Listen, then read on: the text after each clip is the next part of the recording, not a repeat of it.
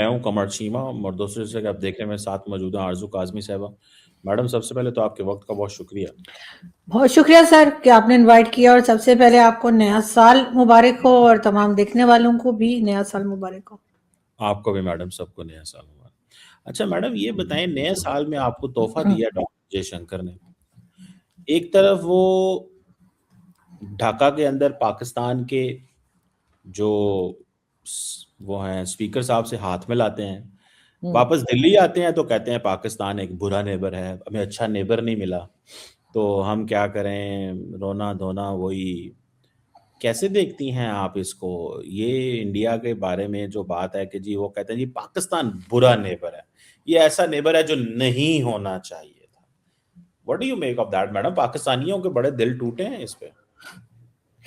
पाकिस्तानियों के पास दिल है क्या सर? लेकिन सर, सबसे बड़ी बात तो ये कि पहले तो ये तारीफ बनती है कि डॉक्टर जयशंकर ने जाकर और जो हमारे स्पीकर साहब हैं उनके साथ हाथ मिलाया नेशनल असेंबली के, बहुत अच्छी बात है। जबकि आजकल के ज़माने में जब हॉकी और क्रिकेट टीम के लोग हाथ नहीं मिला रहे, ऐसे में अगर इंडियन फॉरेन मिनिस्टर आगे बढ़कर आए और उन्होंने हाथ मिलाया तो यकीनन इसको एक पॉजिटिव लाइट में देखना चाहिए और बहुत अच्छी बात है। और जो बात उन्होंने कही कि पाकिस्तान एक अच्छा नेबर नहीं है, तो सर ये तो अफगानिस्तान भी कहता है और ये तो ईरान भी कहता है, चाइना छोड़ के जितने पड़ोसी हैं यही कहते हैं। और कुछ अरसे पहले तक तो क्या कहते हैं, बांग्लादेश भी यही कहता था।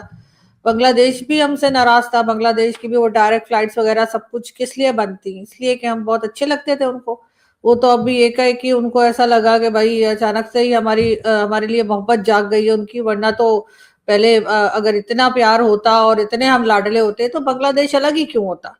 जाहिर है बांग्लादेश के लिए भी हम अच्छे साबित नहीं हुए थे, इसीलिए वो हमसे अलग हो गए और फिर सालों साल उन्होंने हमसे बात नहीं की और या हमारे साथ उस तरह से टर्म्स नहीं रखे। इसी तरीके से अफगानिस्तान ने भी सर जो है वो अपनी तरफ से जो बॉर्डर है वो बंद कर दिया है। हमारे यहाँ लोगों के बिजनेसेस खराब हो गए हैं। मैं भी 2 दिन पहले लाहौर गई हुई थी, तो वहां पर किसी मॉल से मैं वापस जा रही थी अपने होटल, तो जो ड्राइवर था वो बता रहा था वो काड़ा का था और उसका ये कहना था कि वहां पर आलू की फसल जो है वो पहले किसी जमाने में जो है वो 5 से 7 हजार मन आलू जो है वो बिक जाता था उसका, उन लोगों का।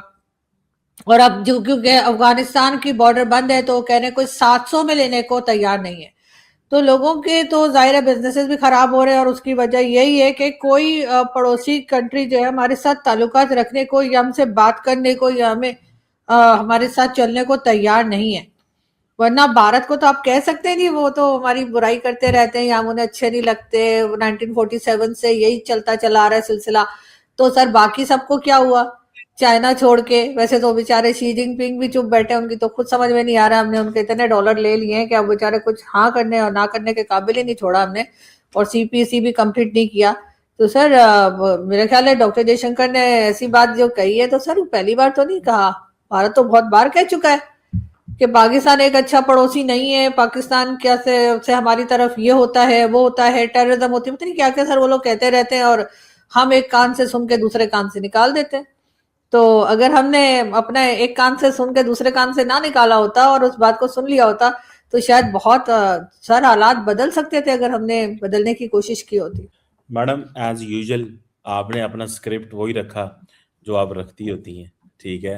उन्होंने कहा नहीं नहीं नहीं नहीं, कसूर पाकिस्तान का, किसी का कोई कसूर नहीं। अगर आलू नहीं ना जा रहे वहां पे पाकिस्तान में, वो आज मैं देख रहा था पिछले साल 700 दहशतगर्दी के हमले हुए हैं, कोई 4-5 हजार से ज्यादा बंदा मरा है। उन्होंने कहा नहीं नहीं, कसूर पाकिस्तान। आलू काबुल नहीं पहुंचे, कसूर पाकिस्तान का है। काबुल से दहशतगर्द आएंगे, कसूर पाकिस्तान का है।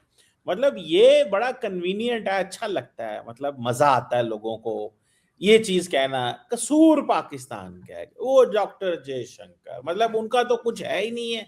उनकी तो कोई मतलब, वो तो बहुत ज्यादा दूध से धुले हुए हैं, आराम से बैठे हुए हैं, बड़े उनका वो जैसे एक नन्ना काका सुबह सुबह माँ तैयार करती है ना अच्छे साफ कपड़े पहना के, वो तो इंडिया तो ऐसे बैठा होता है, पाकिस्तान जाके उसको खराब कर देता है। मैं तो मतलब ठीक है, हर बंदे की आपकी राय है, मैं नहीं आपकी सर राय के। देखें, सर देखें, मैंने ऐसा तो नहीं कहा कि सब लोग दूध के धुले में हैं और कुछ है ही नहीं, लेकिन बात सारी ये है कि पहली बात तो ये कि जैसे कहते हैं ताली एक हाथ से नहीं बजती, चले वो भी हो जाता है, लेकिन सर साथ ही साथ आप जिस जबान में बात करेंगे आपको उसी जबान में जवाब मिलेगा ना।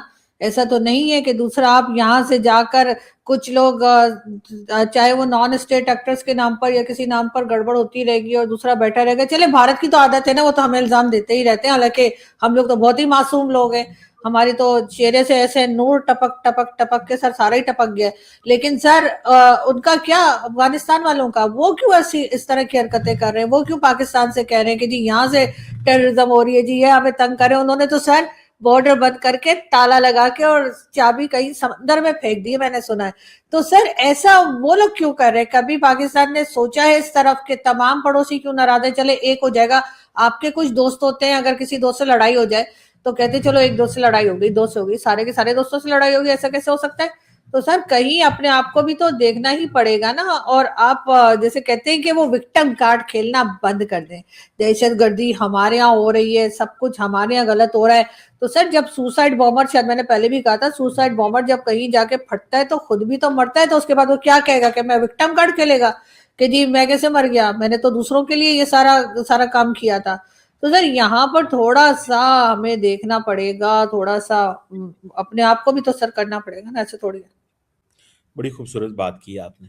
वाह। एक तो आपने कहा तालिबान ने चाबी समंदर में फेंक दी, उनको बेचारों को समंदर लगता नहीं है, जिसकी वजह वो से मुझे मुझे याद आ गया था वो बाद में, लेकिन कोई बात नहीं, मैंने एक मुहावरा बोला था, अब आप समंदर ढूंढने मत निकल जाइएगा वहां पे। मैडम को मैं थोड़ा बताता चलूं कि तालिबान भी आज अच्छे हो गए हैं। आजू काजमी साहबा कह रही हैं वो भी तुम आप लोगों से तंग हैं, पाकिस्तानियों कुछ करो। मतलब अगर इंडिया के बारे में इंडिया आउट कैंपेन बांग्लादेश में चली है, मालदीव्स में चली है, श्रीलंका में चली है, नेपाल का उनके साथ को 25,000 किस्म के मसले हैं, नोट के ऊपर वो डिफरेंट तस्वीर लगाते हैं, इंडियन कुछ कुत्ते कहते हैं। प्रॉब्लम सिर्फ पाकिस्तान के नेबर्स के साथ है, बाकी मुल्कों का किसी नेबर से कोई प्रॉब्लम नहीं है। तो मतलब सवाल सिर्फ इतना है। हाँ हमें अच्छा लगता है एंटी पाकिस्तान बैशिंग, मतलब बड़ी फैंसी है ना वो, मतलब एक मजा आता है जरा पाकिस्तान बैशिंग, जरा एक वो बिकती है। लेकिन मैडम सवाल ये नहीं है, सवाल तो ये है कि मतलब तालिबान अफगानिस्तान से क्या बुरा किया पाकिस्तान ने? कोई बुरा नहीं हुआ मेरा नहीं ख्याल। पाकिस्तान हम हमें हमें अपने आलूओं की तो बड़ी फिक्र है कि वो जो ओकाड़ा से भाई बोल रहे हैं, उनको तो इस चीज की बड़ी फिक्र है कि वो नहीं पहुंच रहे, लेकिन उनको इस चीज का नहीं पता कि जो बिलियंस ऑफ डॉलर्स की स्मगलिंग होती थी और जिसमें हमारे लोग भी इन्वॉल्व थे, ये नहीं कि सिर्फ अफगानिस्तान के लोग इन्वॉल्व थे, जारी बात है इंटरनल भी यहाँ पे भी मसले हैं, तो होता ही है ना, दोनों साइड से चीजें चलती हैं। तो हमारी इकोनॉमी को जो नुकसान होता था, जिसमें lower enterprises and medium enterprises जो थी वो सख्त नुकसान में जा रही थी, बिकॉज के ये स्मगलिंग के जो चैनल्स खुले हुए थे। आज अगर वो चीजें नहीं हो रही तो मतलब इट्स फाइन। मतलब ईरान के साथ हमारे मसले खराब थे, तेल आ रहा था वहां स्मगलिंग का, वो बहुत हद तक कम हुआ है। बॉर्डर तकरीबन में है। पर कौन कर रहा था सर? जगह जगह तो चेक पोस्ट लगी हुई है, वहां पर फौजी बैठे हुए हैं, तो वो स्मगलिंग कौन कर रहा था? क्या लोग मुंह में भर के पेट्रोल लेकर और ऑयल लेकर आ रहे थे? जाहिर है वो टैंकर गुजर रहे थे और वो टैंकर इनसे नहीं रोके जा रहे थे, क्योंकि ये खुद इन्वॉल्व थे। बताएं नाम लें ना, किसका नाम लूं मैं? जिसको जो करता है। मुझे क्या पता कौन करता है, मैं नाम तो नहीं जानती उनके। मैं एक बात कह रही हूँ कि जब तक अंदर से लोग इन्वॉल्व ना हो, सर वो टैंकर कैसे निकल के जा रहे हैं? अजीब बात कर रहे हैं आप। पर यहाँ से जो ड्रोन में ड्रग्स जा रही थी, 2 बार तो मैंने लास्ट ईयर में मैंने खुद रिपोर्ट किया है, और उसके बाद वो जो है वाघा बॉर्डर पे वो ड्रोन गिर गए, और मैं आपको दिखा भी सकती हूँ। मैं तो चले बेकार सी जर्नलिस्ट हूँ, बहुत नामी ग्रामी जर्नलिस्ट है, उन्होंने रिपोर्ट की। तो सर सर हाँ, तो सर आप मुझे बताइए कि वो जो ड्रग्स जा रही थी जो वाघा बॉर्डर से थोड़ा पहले, वो ड्रोन जो था वो गिर गया, कौन जिम्मेदार है उसके लिए? आप कह देंगे पता नहीं कौन ले जा रहा था।